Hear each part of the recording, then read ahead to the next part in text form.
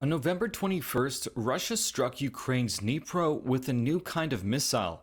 Known as Oreshnik or hazel tree in Russia, it caused limited damage, according to senior officials.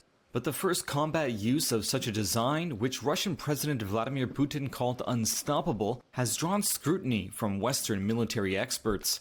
An examination by two such experts of the debris recovered from the new intermediate-range ballistic missile, or IRBM, shows how it dropped multiple payloads across the target area. Jeffrey Lewis is the director of the East Asia Non-Proliferation Program at the James Martin Center for Non-Proliferation Studies at the Middlebury Institute of International Studies in California. And so the ballistic missile launches and takes everything up into space, and the first stage falls away, and then the second rocket motor falls away, and then you just have the bus kind of drifting in space. Lewis said the largest pieces of debris were part of its warhead bus. The other large section of wreckage contained guidance, fuel tanks, and other electronics, he said. The bus allows for multiple independently targetable reentry vehicles, or MIRVs, each of which carries a warhead and can hit a separate mark. As the thing goes through space, those thrusters will fire to turn the bus so that it can drop warheads in different locations.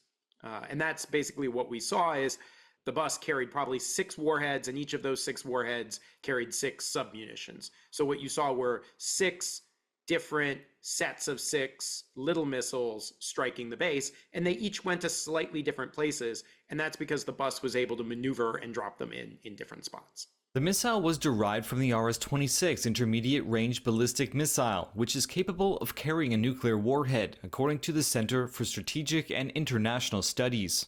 Lewis said the new design had most likely removed a booster stage from the RS-26, reducing its range. After the missile strike, Putin said the Oreshnik was hypersonic and could not be intercepted. But Lewis and other experts noted that all ballistic missiles of that range are hypersonic, and that some missile interceptors from Israel and the US were designed to intercept them. And again, people are making a big deal about this thing going 3.5 kilometers per second. An ICBM fired to its full range, will travel at like 7 kilometers a second. So like twice that speed.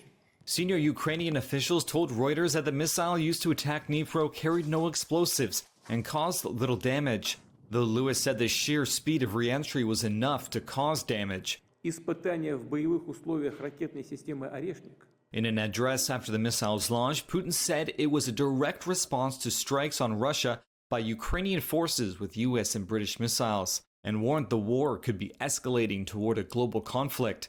Russia's defense ministry did not respond to a request for comment for this story. Lewis said Russia's use of this type of missile might be a psychological tactic, more than a military one. If the weapon were inherently terrifying, he would just use it. But that's not quite enough. He's had to use it, and then he had to do a press conference, and then he had to do a second press conference to say, hey, this thing is really scary.